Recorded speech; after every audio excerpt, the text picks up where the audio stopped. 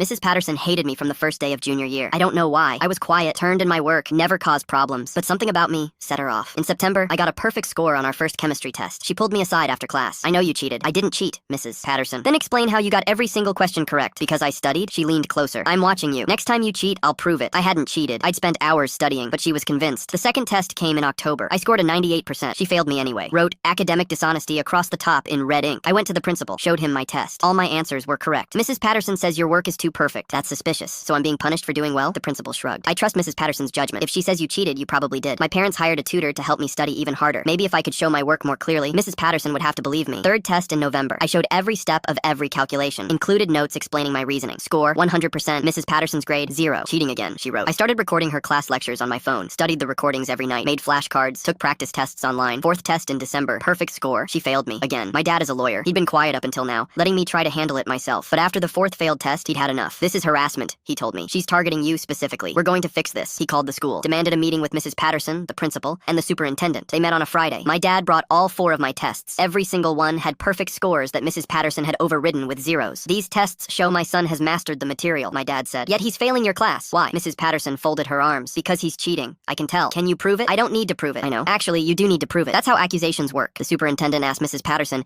if she'd ever caught me with cheat sheets, or looking at another student's test, or using my phone. "No, but so you have no evidence." "The perfection is the evidence. No student gets perfect scores," my dad smiled. "My son does, because he studies. What you're doing is called discrimination." The superintendent shifted uncomfortably. "What do you want?" "I want you to watch my son take the final exam. He'll take it alone in a room with supervision. No study materials, no phone, just him, a pencil, and the test. When he gets a perfect score, you'll admit you were wrong." Mrs. Patterson's face turned red. "Fine, but when he fails, I want a formal apology from both of you for wasting my time." "Deal," my dad said. The final exam was scheduled for a Wednesday. They put me in an empty classroom with just a desk, the test, and a pencil. Mrs. Patterson, the principal, and my dad all sat in chairs along the back wall watching. The test was hard, 2 hours long, 50 questions covering everything we'd learned all year. I worked through every problem methodically, showed my calculations, double-checked my answers. When I finished, I handed it to Mrs. Patterson. She graded it right there with everyone watching, question after question. Her face got paler with each correct answer. Finally, she set down her pen. 100%, she said quietly. The principal looked at my dad. "I apologize. This shouldn't have happened." My dad stood up. "It shouldn't have, but it did. 4 times. What are you going to do about it?" The superintendent spoke up. "We'll change all 4 test grades to reflect the actual scores. Your son will receive an A+ in the class, and Mrs. Patterson will face disciplinary action." Mrs. Patterson stood up fast, her chair scraping the floor. "This is ridiculous. He probably memorized." "Enough," the superintendent said. "You've made accusations you couldn't prove for an entire semester. That's unacceptable." Mrs. Patterson grabbed her bag and walked out. I never saw her again. Turned out she'd been doing this to other students too. Students who didn't have lawyer parents who could fight back. The school board forced her to retire at the end of the year. I got my A+,